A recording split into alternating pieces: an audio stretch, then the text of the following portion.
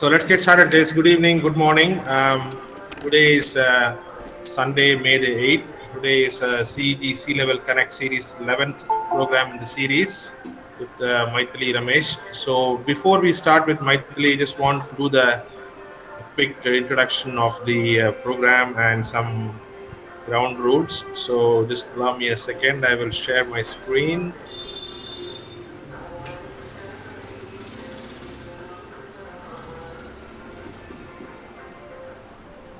Okay. Can everybody see the screen okay? Yes. Okay. So today is May 8th, Sunday the May 8th is CEG C-Level Connect Series number 11. Some brief guidelines for the program.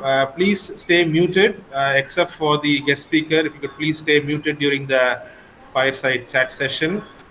You can also turn off your video. Having a video from everyone would make the bandwidth challenge.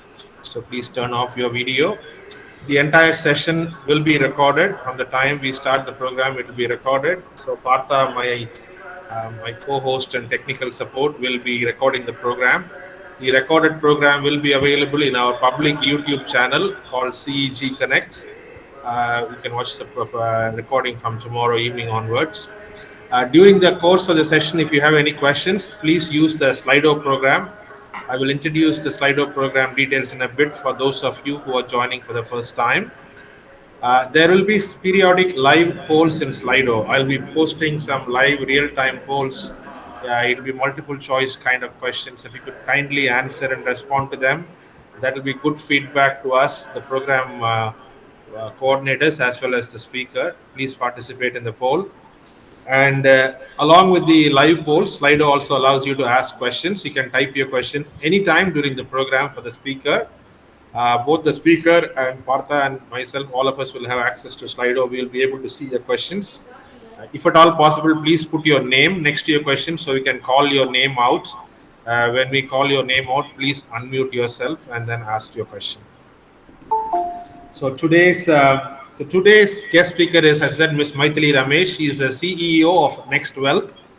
Mythily is a 1986 CEG graduate from computer science. So we'll talk briefly about Mythily in a minute, and then I'll be the host, and Partha, my colleague, will be my technical support and co-host. In today's program, if you want to join Slido, what you need to do is go to any browser screen, whether it is mobile or in the desktop or laptop or any device. You can type slido.com in the browser. And once you enter into the Slido application from the browser, you can just type in this code 643335. 643335 in the box that will ask on the very top of the Slido screen. If you type that number, then you'll be taken to the Slido screen, which will look like this. Basically be a Slido screen. In this Slido screen, you can see here Q&A tab and polls tab. In the Q&A tab, you can go and type your question whenever you want. And in the polls tab is where you'll answer the questions in the poll. Okay. So with that, I'm going to stop sharing my screen and I'm going to hand it over to Ms. Mythily for her to start the session. Mythily, it's over to you. And Okay. first thing I would do, Mythily, is that first 15 to 20 minutes, depending on how much you need, you can talk through, give a brief introduction to yourself, and more importantly, talk about your journey from the time you left CEG in 1986 to now, focusing on your highlights of your journey and specifically on the learnings that you want to share with the audience. Today's audience is a mixture of both CEG students and CEG alumni. So you can address them, and people are logged in from different parts of the world as well. So you can talk through generalities. At the end of the 20 minutes, we will have a fireside chat where I have a few questions and comments that I will make. You can respond to that. And then the last half an hour would be open for audience Q&A. If the questions are already written in Slido, we will ask them to ask the question, but people could ask questions anytime during the course of the program. And at the end of the program, we'll ask you again, Mythily, to see if you would like to share any of your contact details for anyone to contact you after the program. You can choose to share whichever contacts you feel comfortable talking. So with that, I will turn it over to you. Welcome to CEG C-Level Connect. Thanks for joining, and please take it over, ma'am. Thank you, Vish. Thank you so much. And good morning, good evening, whatever time of the day it is for everybody. And also want to wish Happy Mother's Day to all the mothers here and the mothers of everybody here, as well as all over the world, wherever they are. And of course, this is not the only day we remember mothers. We obviously need to remember our mothers every day. But I would like to dedicate whatever I'm talking today to my mother, Lakshmi Santanam. And I'm going to take examples from my learnings and from what I've learned from her as well throughout the speech. So, Wish, my talk will be about 20 minutes, if that is 22 minutes, if that is It's okay. okay. No problem. No problem. Okay. Okay, so the way I've done. First of all, this is my mother has been a role model for me, and that's why I want to dedicate this talk to her. So if I look back and the way what Wish has briefed me is that talk about your journey post CEG. I graduated in '86, and so I'm going to talk about my learnings in the last 36 years. There have been things which have been really good. There have been obstacles from which I've learned to overcome. So I'm going to share all of that with you. And while I'm sharing that with you, what I've done is the learnings of the last 36 years. I've sort of encapsulated into 10 areas or 10 learnings for me, which I'm going to talk through with some examples. And the other thing that I've done is for these 10 things, I've sort of, reclassified it into five elements. And all of us are very much aware of the five elements, which is earth, air, fire, water, space. So I've sort of, those 10 learnings I've encapsulated into these five elements. And it was sort of, falling very well into that. So that's how I'm going to do it.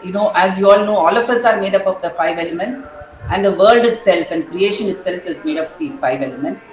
If these five elements, I believe, are in balance, all of us will live a very healthy and happy life. So here are the first one that I'm going to talk about is the fire element.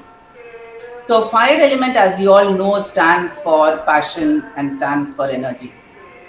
So I've got these 10 learnings I've encapsulated as two under each of these five elements. So the first one under fire, which stands for passion and energy, is working hard.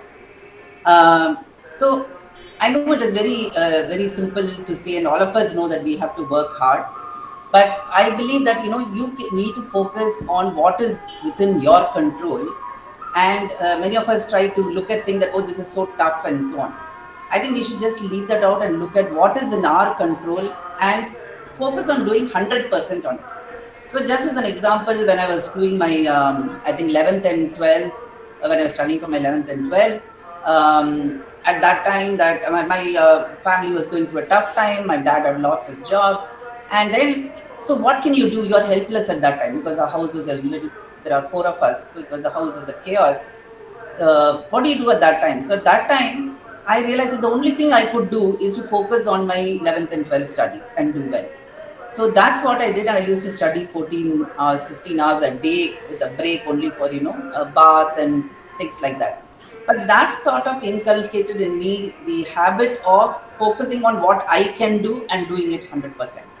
Second example is when I was in Guindy Engineering College, and we were the first batch of computer science. So there are a lot of things which were new to us. And because of that habit of studying very hard, during the exams time, I used to go to sleep at 11 and get up at 2 o'clock to study. And then my mother used to say, why are you getting up at 2 o'clock and studying? But then I said, these 5 days I get up at 2 o'clock and study and I do my best. After that, I can sleep enough. So that sort of, was ingrained in me of saying that do whatever you need to do, focus on that, give it 100%. So the first point is on working hard. And I always tell my sons even now that there is no substitute for hard work.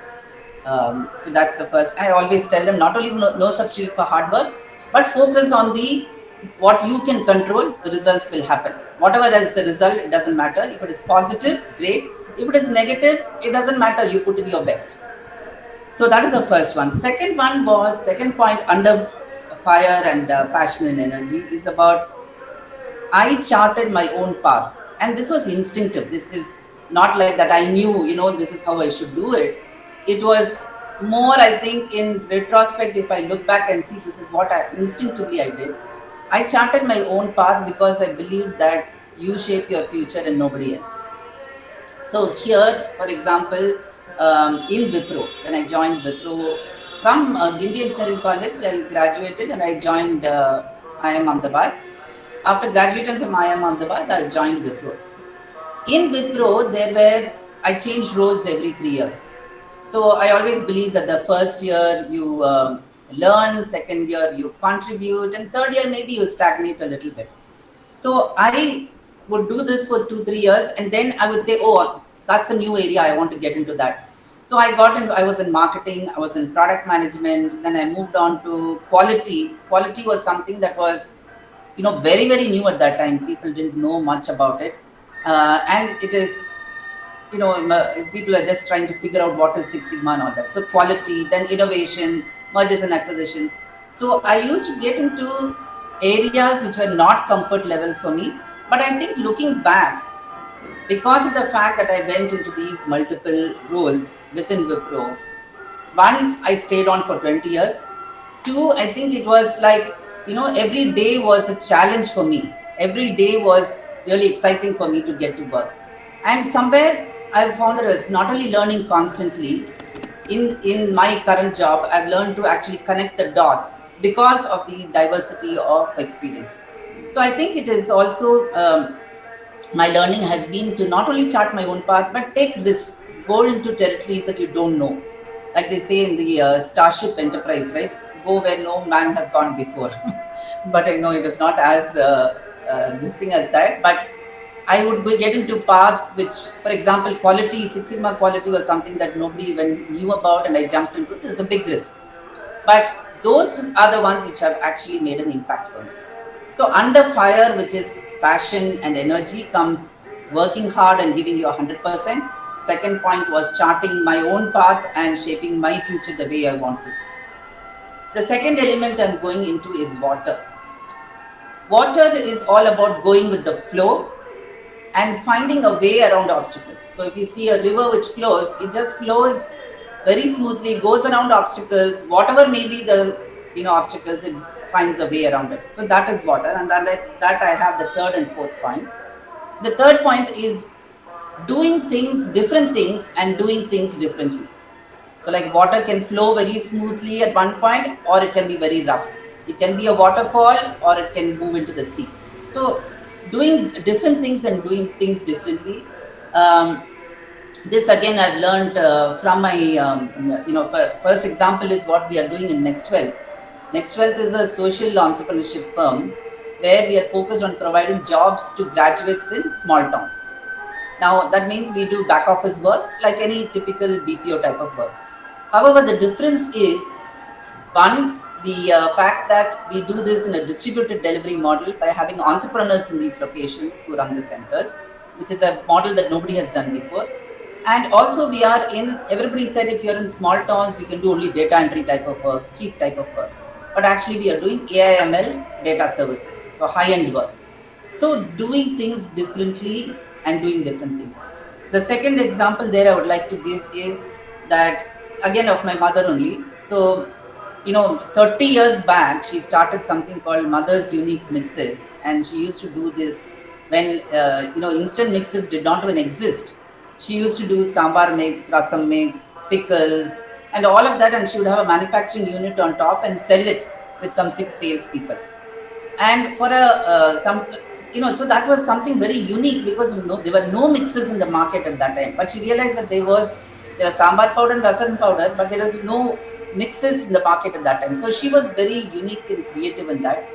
She also does a variety of things. She does rangoli, she used to do painting, batik, music, she's composed songs, put in ragams to shlokas and all that. What I learned from that is that you have to do different things, and somewhere all of that actually comes together in the area that you want to be in. So for me now, when I say doing different things, it's not only NextWealth. Apart from that, I'm on the boards of some companies, but I also follow things like what my mom used to do, doing rangoli, or trying out different dishes. I also write poems, and I also do mandala paintings. And I find somewhere all of this comes together at work. So that was the third point. Fourth point is just like the river, works its way around, looking at problems as opportunities.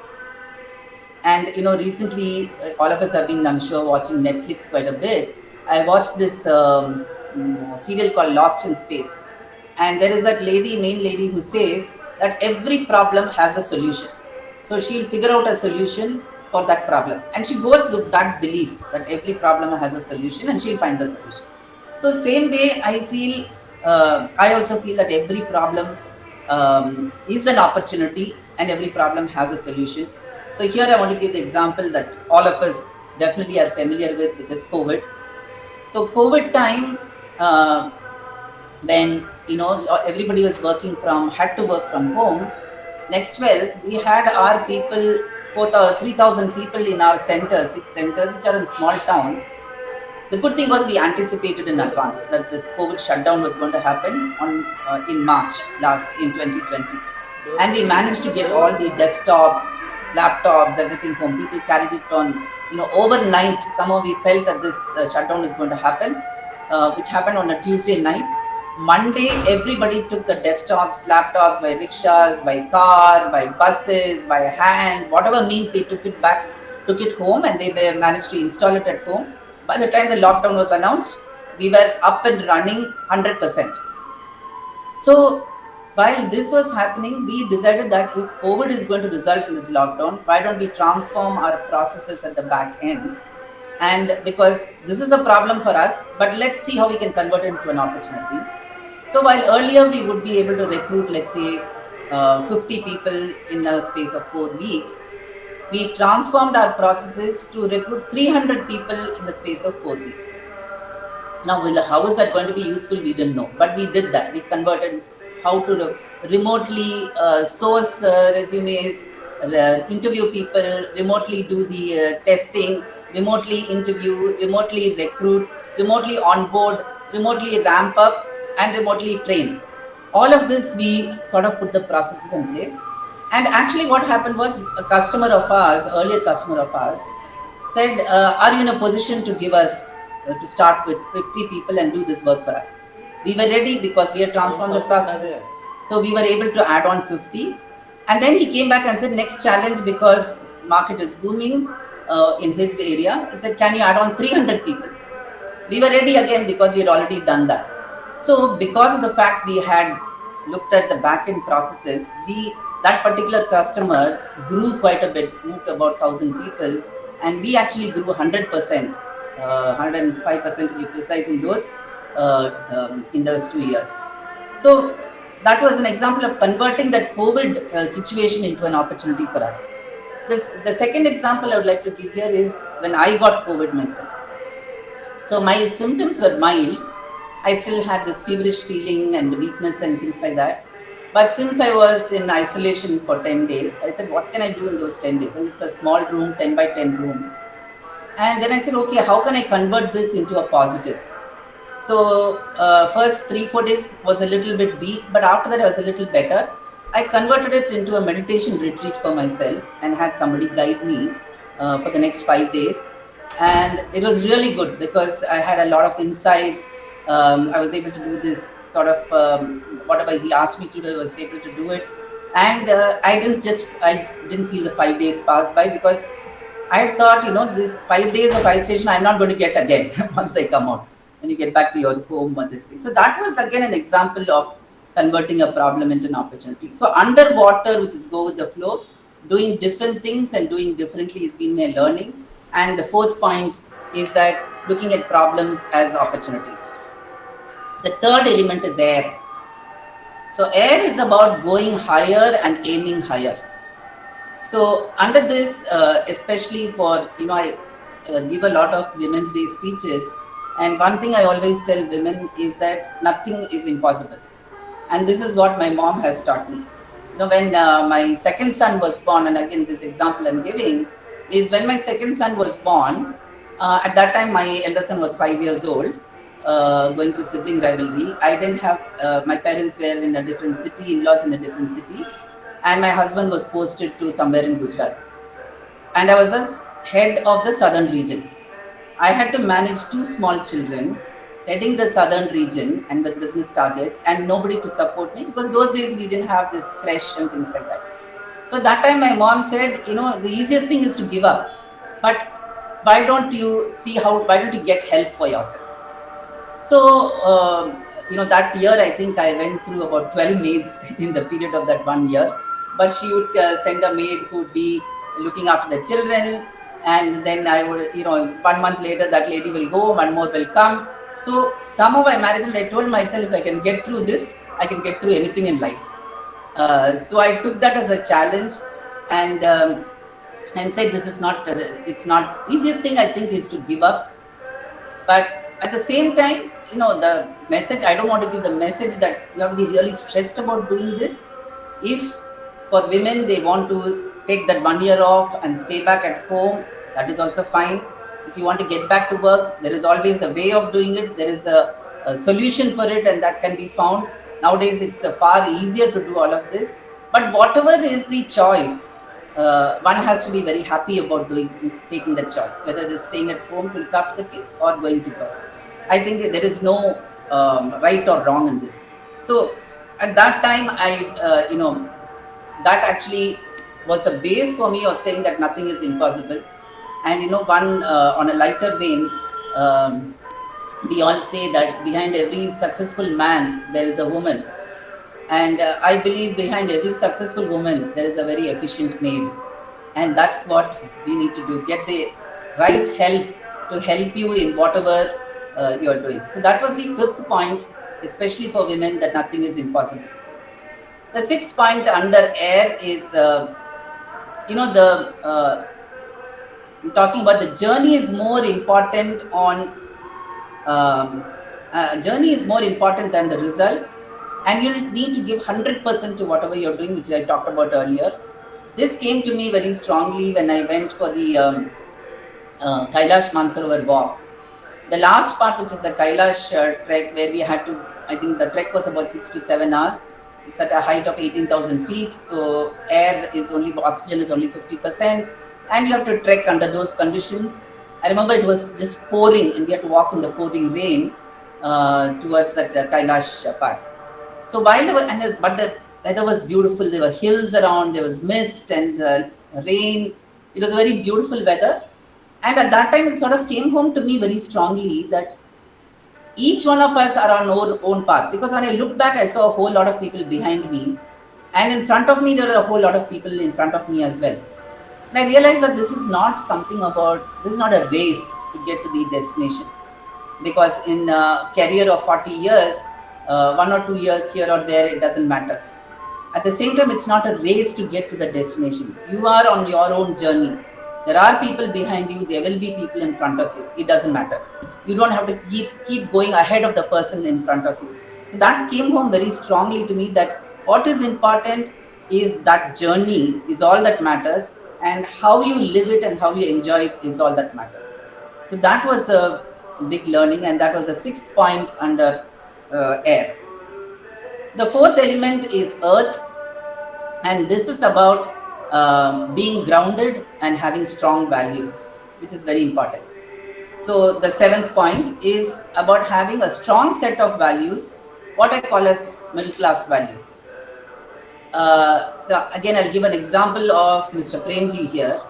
So this was one of the days when I think we had, it was a Saturday, and we were doing the planning for the next year, and all of us had to present the targets. I was heading one division at that time, and I had my team with me. The presentation was at 10 o'clock in the morning on a Saturday, which was a holiday, and this was in the Sarjapur office.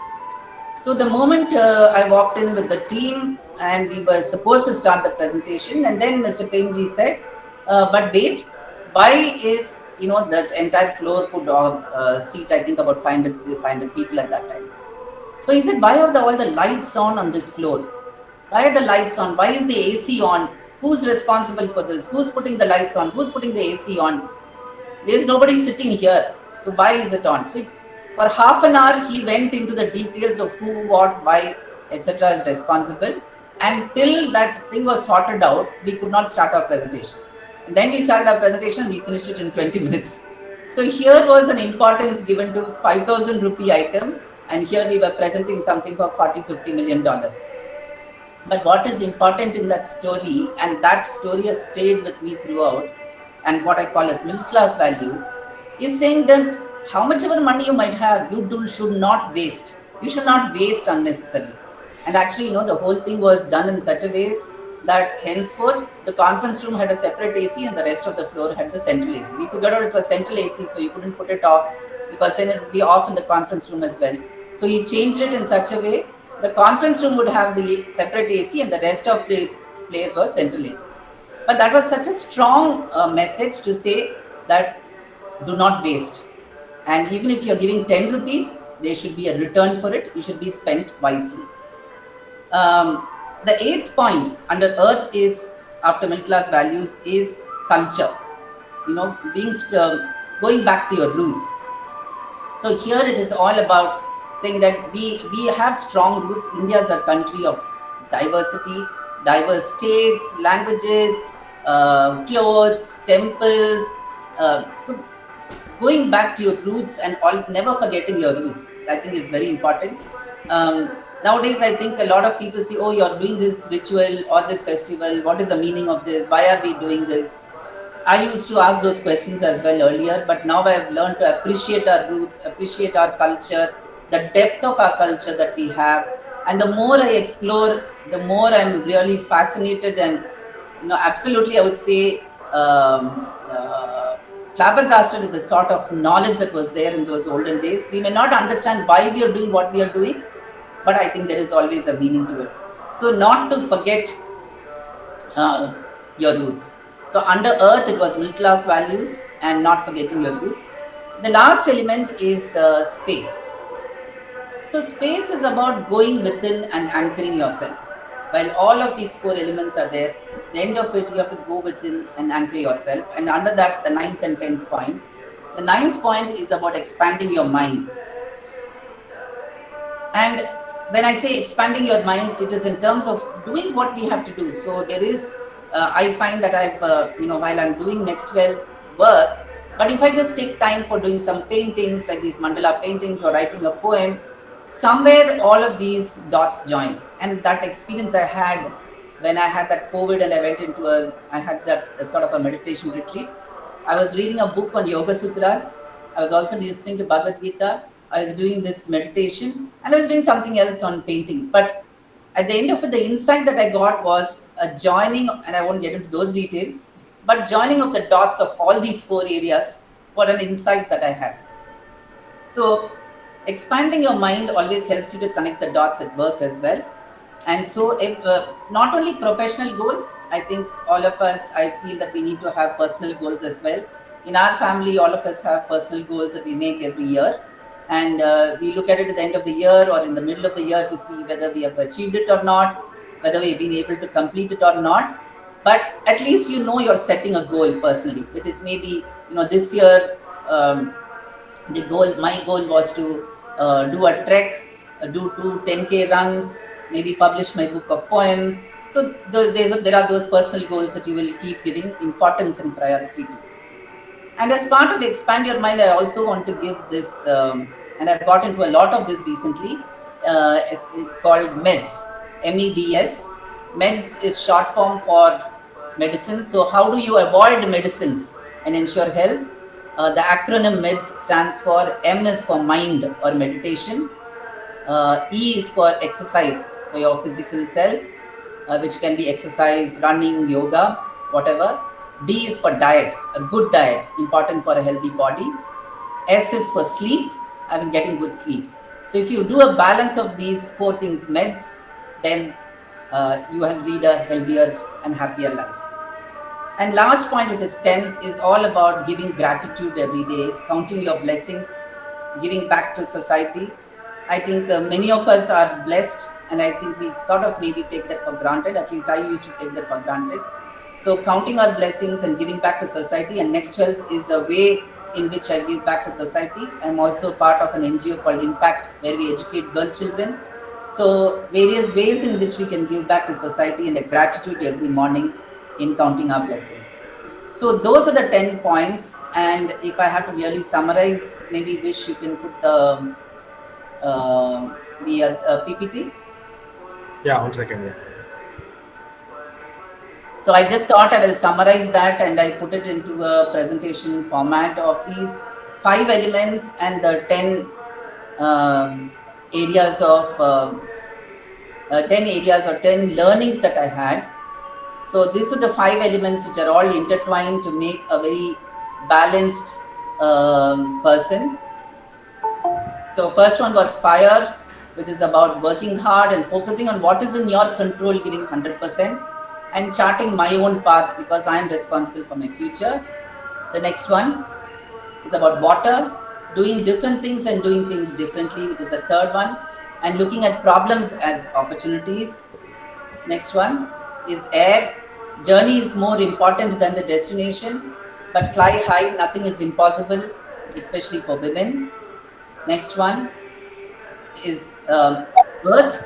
It's all about middle class values and appreciating our roots and not forgetting our roots.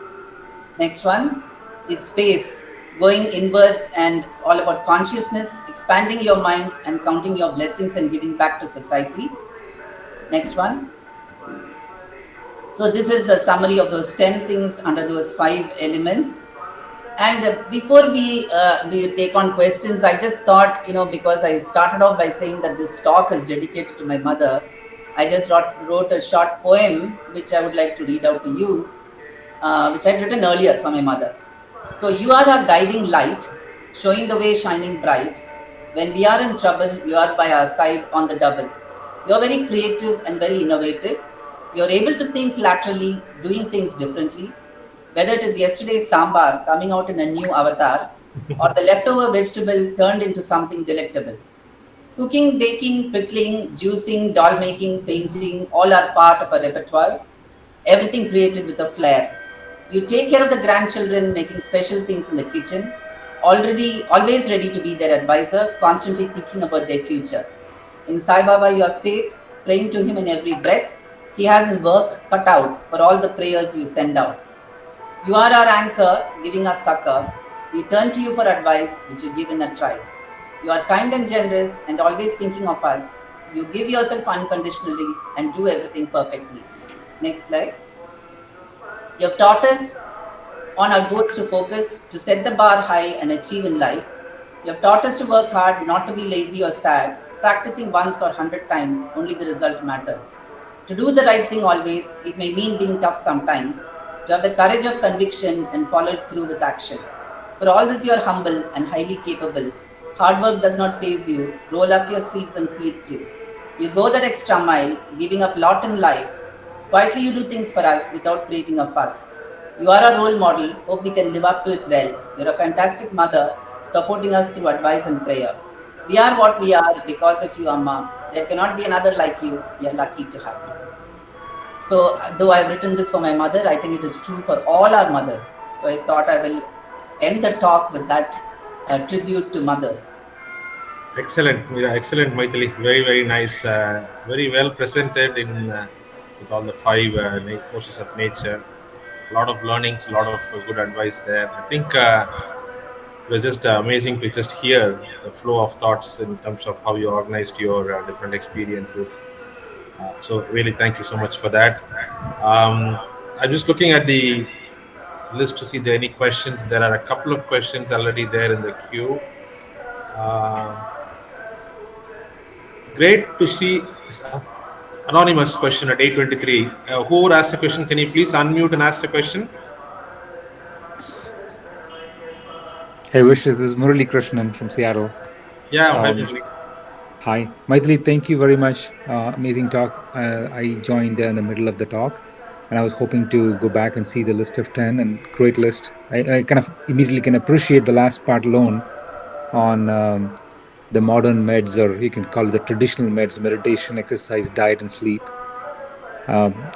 Vish knows this thing. We do have a CEG outdoors group, and we'd love to have you be a member of that. Yes, Sure, yes, sure. Thanks, Murli. Thanks for the invite. yes. So the question, Mythily, I'm reading it for you, is great to see a woman CEO from CEG. Wanted to know if there were any challenges along the journey to the C level due to gender issues. Ah, okay. I think it's a So, very expected question, isn't it? I'm sure you answered the question a million times. yeah, absolutely. So I think as far as in Wipro, I think I would just like to say I had no discrimination or discrimination in terms of how to say, because I was a woman, and therefore in terms of promotions or the type of job and so on. So that was not there at all. I never had that, but maybe sometimes it was to a very large extent. So, for example, if you're going back at home at 10 o'clock, I mean, you're treated like anybody else. You would just figure out 10 o'clock, 11, figure out and take a cab and go. But otherwise, I would say, those times you really want to be given a little bit of a little more special focus, I suppose. But from an organization perspective, promotions and things like that, actually no discrimination, because actually I think in Wipro at that time I was the youngest GM and youngest VP as well, which is a testimony to the fact that they, whoever did well, they would give that importance and credibility. In NextWealth, definitely not there at all. And I try to ensure that fine for my team as well, that there is understanding because of certain gender issues that could be there, but no discrimination. So understanding is important, but no discrimination. So I've been one of the fortunate ones who have not had those issues. It's a very important question because you often see it all around you, whether it's in India or in the US. There seems to be a glass ceiling at some points, and it's very sad and not very fair, but that's how it is. It's not as bad it was before, but still it's not completely an open game. So it's nice to see. Over the last 12 months after I started this program, I've been collecting information about people I can call as guest speakers to see how they're done. And I tell you, I have more than 300 names of people I've collected so far. More than half of them are women, actually. Oh, So we have a lot of CEG women in extremely very high positions all over the world. that's so nice to hear. We just don't know about it. That's a problem. Yeah, We yeah. as a large institution, we have so many things, but we just don't seem to know about it. One of the objectives of the program is to do exactly that: is to not only tell others but tell ourselves that we do have a lot of bench strength in our organization in terms of alumni strength in various areas. So hopefully, with this kind of programs, we'll be able to showcase to the world. So thank you for that. The other question I had, Mythily, before I turn it over to the audience is, you had the thing about impact, the work you're doing at the Indian Institute of Management alumni. Can you talk briefly about it, about how that is impacting and who you're impacting that with? Yeah. So impact is actually stands for IIM Pact. So it is basically started by the 78th batch of IMA, when after 25 years of graduation they wanted to do something which had an impact to society, and they started Impact. And my batch, which is the 88th batch, also joined them. What Impact does is Impact actually looks at educating girl children from the age group of 5 to 10, especially the first standard to fifth standard, 5 to 10, where they don't have access to even government schools. So it is actually the remotest of areas, and we started this. We have now it's now about 20 years. We've got about 2,000 centers, 35 children each graduating from each of these centers. Each center costs us about 1.1 lakh, 1.15 lakh. Each child for the year costs us about 3,500 rupees, which is nothing at all. So we go around to get sponsors for each center so that we can educate these children. It has had a tremendous impact, because when we did a social impact survey there, we actually found that these children are now aspiring to be teachers, police women, and things like that. So at least, earlier they wouldn't even have thought of even aspiring to be something like that, but now their aspiration is to be something, to do something with themselves. And so that is still the fifth standard. After fifth standard, they go on to middle school, and what we have seen is 95% of the children who graduate from here, pass out from here, go on to studying middle school, which is the sixth, seventh, eighth. Thank you so much. I'm going to go on to the next question by Mr. Madhavan. Sir, do you want to unmute and ask your question, sir? By the way, Mr. Madhavan is, I think, is one of the first IIMA alumnus period. I think also first. Oh, okay. Yes, sir. Please go ahead. Good morning, Mythily, and good evening, Wish. I Morning, don't know sir. where you are, Wish, in the US or in India. Thanks so much, Mythily. It's a very, very interesting session so far, and I am particularly proud as a fellow alumnus of both CEG and IIMA, and someone who had known about and supported IIM Pact in the past. The Oh, question that the 78 batch, Satish Kumar and company, Bharadhan yeah, Kandaswamy, yeah, they are yeah, all very yes. close friends. So, Okay, good. and I was in my second career after 40 years of corporate life, I was heading Cognizant Foundation for about 11 years. Oh, Mythili, the question that I had was, how long did you spend in the corporate world before you turned to be a social entrepreneur? And the related question is, what prompted that move yeah, from a corporate honcho to a social entrepreneur, and that to a kind of a remote BPO for women? I mean, I think I've heard some similar stories, but then it would be nice to hear from you as to what prompted that move. I mean, sure, sure, sure. very, very, very thoughtful learning in terms of the middle class values. I could very well relate to Mr. Premji and his discipline, because I happened to be working in digital around the same time frame as the CFO, and we used to treat him as a role model. We used to talk somewhat lightly, saying as to how he would plan for the CSI trips. There was no NASCOM those days, Correct, correct. and he would make sure that they all went by second class AC and not fly business class along with Yes. him. So that is the two questions that I had. I mean, the move from the corporate world to the social entrepreneurship, and why. So thank you so much, sir. And it's my privilege that you have actually been listening to this talk. So thank you so much for being here. I think the after IMA, I straight away joined Wipro. I was in Wipro for about 20 years, and after completing the last 3 years was being in Wipro BPO, where we we had just acquired SpectraMind, and we had to really transform that SpectraMind when we acquired it in Wipro to make it a more back office rather than a voice related business, and that was my challenge when I went in there. But after having been there for 3 years, so I completed 20 years in Wipro. So now what next was the question.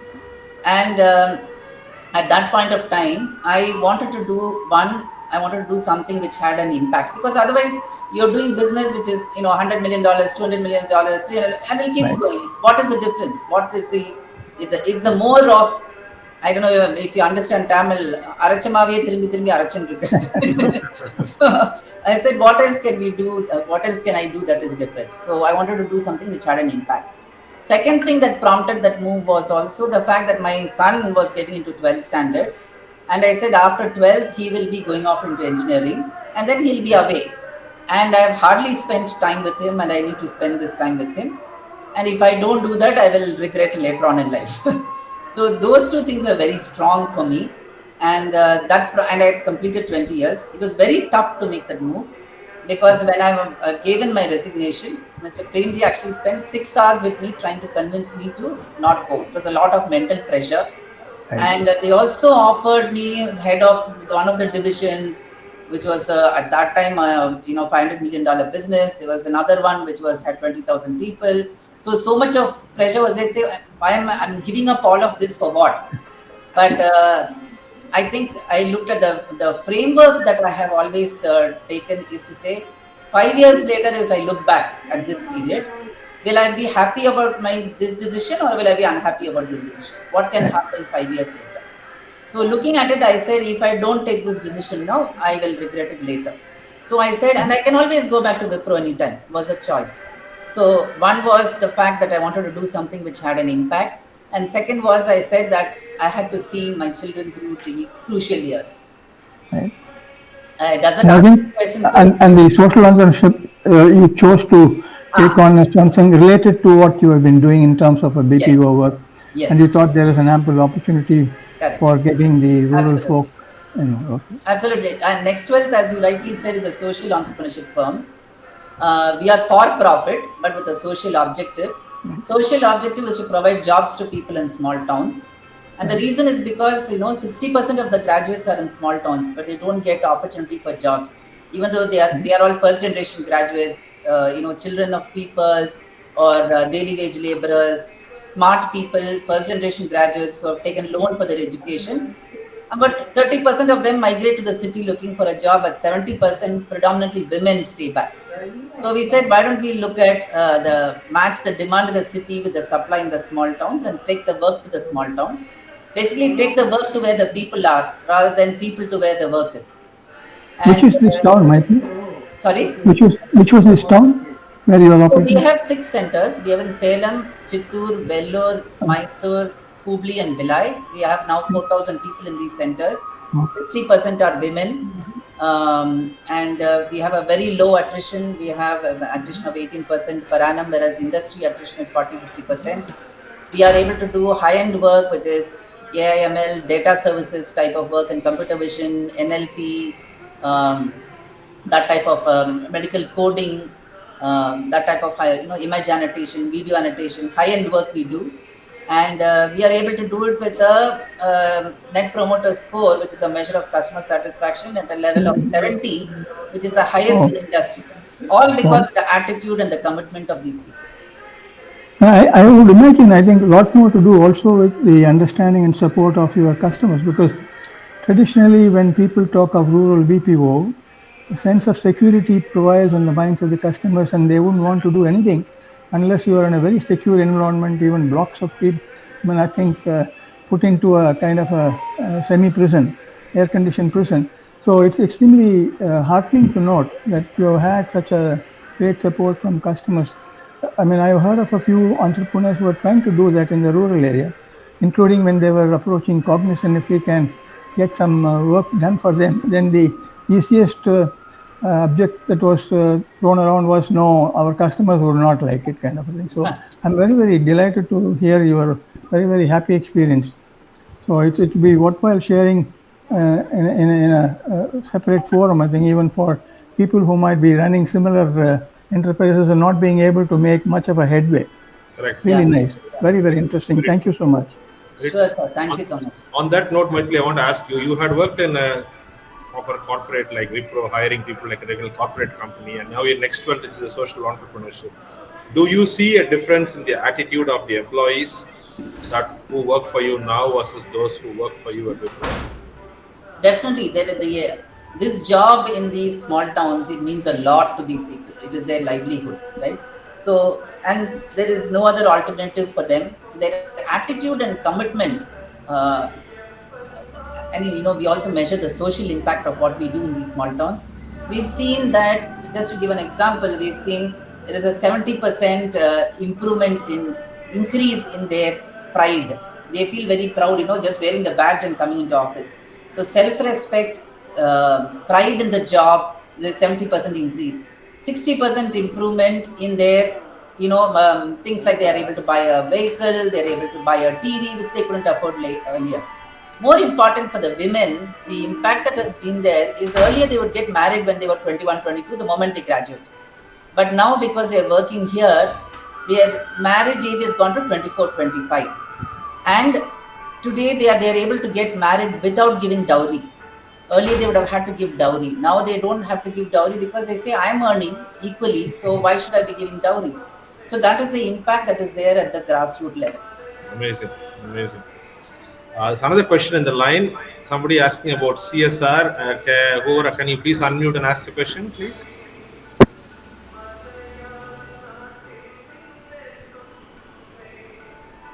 Okay, the question, I read it for you, Mikey. It is nice to hear your comments. How do you run your CSR program? Did Hi, you hear Andy. me? I think Andy Giri is the one who's asking. Andy, is that your Yes. question, Andy? Sorry, your voice is not. Is the voice bad? I think Partha, you have to go and mute your music in the background. Okay. Do you hear me now? Yeah, Yeah. yeah, yeah. Okay. Anyway, it was a delight to hear you after a few years since your son's marriage. It was interesting anyway. The one difference I see in your social impact is many of us who own companies provide jobs to people who are from tier 2 or tier 3. But the main difference is we displace them, right, to whichever city, Coimbatore, maybe Madurai, maybe Chennai, but not a village, right? So I've gone to your office based on our friend Kannan's input once, and I saw that you provide those jobs in the towns and villages they are right at that moment, even way before COVID-19 made that a forceful act, right? So, so that Absolutely. is phenomenal. I also saw your mantras of success being related to natural things like air and water and fire. That was very interesting to see. My question is, I mean, we are a small business, right? About 140 people, services shop. We want to do some CSR, maybe like 15, 20 lakh a year kind of scope. We currently donate to the Satta Panchayati Ekam for anti-corruption activities to a few outfits, right? To few organizations. How does a small business um, create a CSR fund and without having to invest like Wipros do, right? Or maybe I don't know, you might do also. So with limited budget, is there a gap that someone is filling, some organization is filling to facilitate CSR activity without having to hire expensive people or a big team to oversee everything that's happening. Yeah, I'll tell you how we did it, Andy. Okay. So we came into the CSR bracket only recently, but during COVID time, what we did in NextWealth was, with the limited funds that we had, we wanted to ensure that whatever we are using, we would create an impact. Right? You can always donate to some organization, but you don't know how it is getting utilized. You don't see the impact at all. So what we did was, for the money that we collected internally as well, we had a team of 3 people who would actually look at which family or families or institutions actually need it and go there and give. So we focused on food. During COVID time and the lockdown was happening, there are a lot of people who actually didn't have, that didn't know where, the people on the roads there, when it was a lockdown, they were not getting food. They, one meal a day itself they were not getting. So we actually physically went and distributed over almost, I think, if my number is right, about 50,000 meals to different people, and we actually saw the impact. We saw one family which didn't have any means of surviving, and we gave them meals for about 1 week. We saw the impact of what was happening. They were so grateful.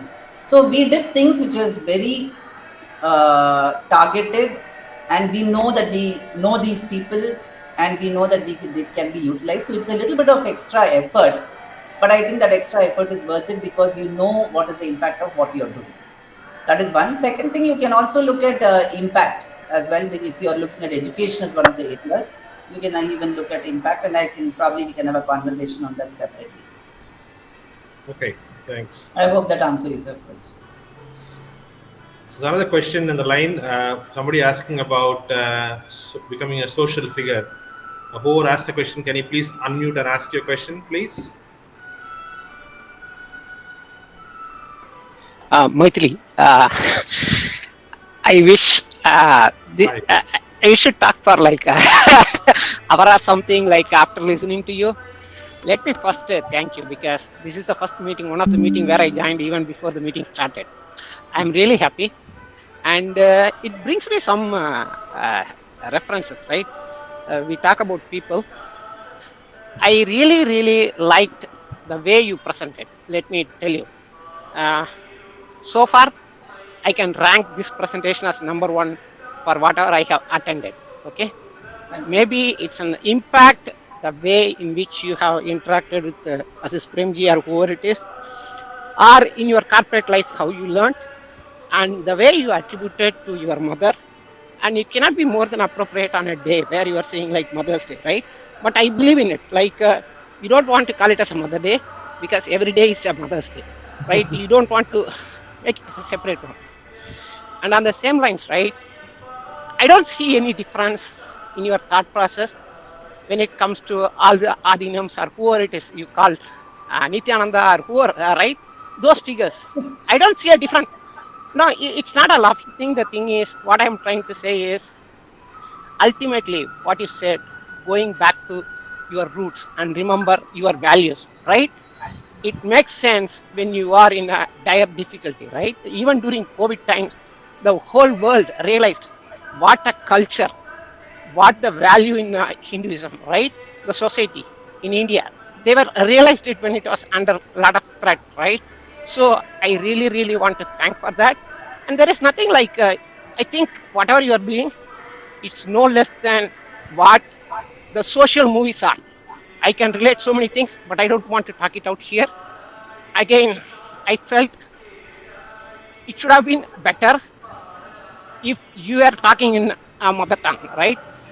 நானும் தமிழ் தான் அதனால I feel like I don't want to cut this with so many audience, but wish it's an opportunity for us to think why not have local speakers speak, because the great affiliation to your heart comes from your mother tongue. There is Yeah. no shame in it, and have something arranged. We are all studied in Chennai, so I don't think people don't even understand Tamil. There is no, you don't need to back up, and I feel Mythily present one session in Tamil. Thank you very much, Mythily. Thank you, sir. I think it's a good feedback. We have talked about that, and I think it's something that we want to do. What we didn't want to do is to, if somebody who's not a native English Tamil speaker, because we do have some students in CEG who come from outside Tamil Nadu. But I think it makes sense for us to at least do it in both the languages. Tell the speaker to talk in Tamil as well as in English. That way, you can cover both. I think that's a very good suggestion. We need to promote our own language. Much like we have to promote our own country, we have to promote our own language as well. Absolutely, I completely agree with that. And thank you so much, Mr. Srinivasan, for your kind words. I think definitely, bringing in some of the Tamil part, it can be a mixture of Tamil and English as well. I think that's a very good feedback. Also, can I ask Dr. Tenmuri? I think you had written some comments. Do you want to unmute and tell your comments to Ms. Mythily directly? Dr. Tenmuri? You can unmute and ask, make your statements, please. What she had written, Mythily, just I can read it for you in case she's not reading, is thank you, Mythily, very inspiring. I really appreciate the way you correlated your life experience with 5 elements of nature. You seem to be a magical woman. Thanks for your poem on your mother. It's for all mothers. Congratulations. This is from V. Tenmuri, Principal, Government Polytechnic College, Karur, 1989 batch CEG EEE. Thank you, Tenmuri. Thank you so much. And one more thing, Murli, if you're listening, Mythily is also an angel investor. We need to find a way to bring her into the Guindy Angels fold very soon. She said she's been investing separately here, so we need to get her to invest through us. Challenge for you. I guess I will add to what Dr. Tenmuri was saying. I guess you're a bit magical. I guess we can call you the magical Mythily. If you allow us. This is getting very embarrassing. So, no, I think many aspects. I really appreciate. Thank you again, and I'd love to actually get a copy of the slides if you don't mind. And these 5 elements and the core. Actually, thankfully it's for us in the CEG, but my wife practices meditation and she's very religious about exercise and diet, and I would love to share with her the episode as well. And Mythily, you should join our CEG outdoor group. We have outdoor group. If we talk about walks, runs, hikes, marathons, etc., all that, we need more people there in the group talking about what they're doing. It's truly inspiring because a lot of people who wouldn't have otherwise done the activity they're doing now would not happen unless they join the group. So it's very self-motivating, and so you should definitely join the group, and also encourage others, to join the group as well. I follow Isha Foundation and Sadhguru, so I follow the Hatha Yoga practices and the Kriyas from Isha. Yeah, and for people who don't know, Mythily used to also live in Mylapore, where I came from, and we used to take the same bus from Mylapore to CEG those days. Of course, that's a very different Mythily now than what I see now. 5B. And also, Mythily, I don't know if you know, your husband, Mr. Ramesh, the person who worked for him is my batchmate, Deepak Purohit. I don't know if he said he remember meeting you sometime, and he remembers you talking about NextWealth while you are at Wipro. Oh, okay. So he sent me a note saying that when he saw the announcement about your speech, he said that I know Mythily and Ramesh very well, and in fact, Ramesh was my boss.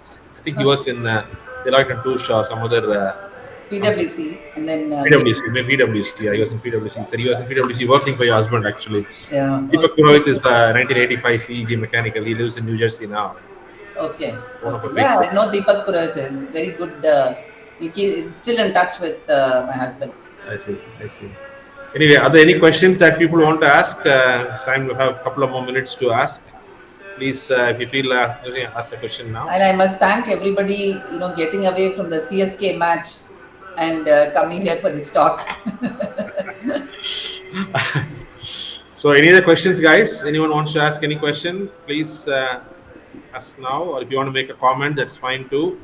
What I also want to hear from all of you guys is that your feedback on the program, not just the speaker, but the feedback on the program as a whole, the format, the content, the speakers, etc. All that, because this is the 11th program in the series of CEGC level, and we have tried various different formats, various different content types.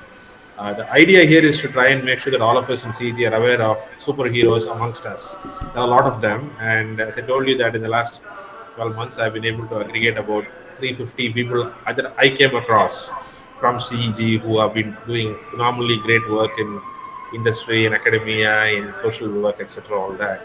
So, if any of you guys know of anyone that you think should be someone who should be appreciating, then please send their contact to me.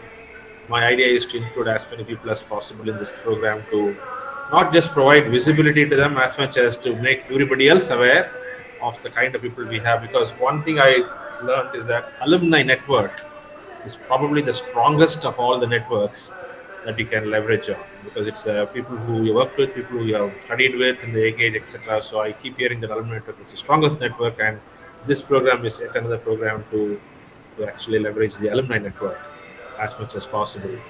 And Mythily, this program will be taped again. It will be available. Recording is available on YouTube. A lot of people watch YouTube and send me comments after that. So when I get those comments, I will certainly forward them to you. And if you want to if you want to tell people how they can reach you, what would be a best way to reach you? That will be great for people to hear so I that they can think the follow. best way is to reach me through LinkedIn Okay. and messaging on LinkedIn. Yeah, your LinkedIn profile address is already there in the invite which I sent out.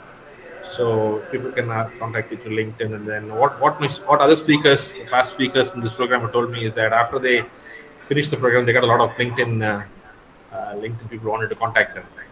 So they say that I'm providing a channel for them to increase their level of contact. So I hope it happens to you as well. And the more you can help people, students, alumni, etc., the better for all of us together. Thank you so much for your time, and extremely very well presented. The first 20 minutes was very nice, well presented, well articulated.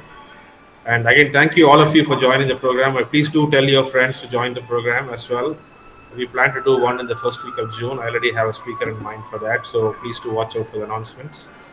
And again, please write to us, myself or Partha, or to Mythily about your feedback on this program and what you'd like to see different in the future programs, because at the end of the day, these programs are for the alumni's benefit, and so we would like to make it as close to the expectation what alumni have. So please don't be bashful. Please feel free to write to us about your feedback and comments. Thank you all again, and wish you all a good week ahead. And thank you, Mythily, for joining, and hope to keep in touch with you. Yeah. Thank you so much. Thank you. Namaskaram. Thank you. Namaskaram.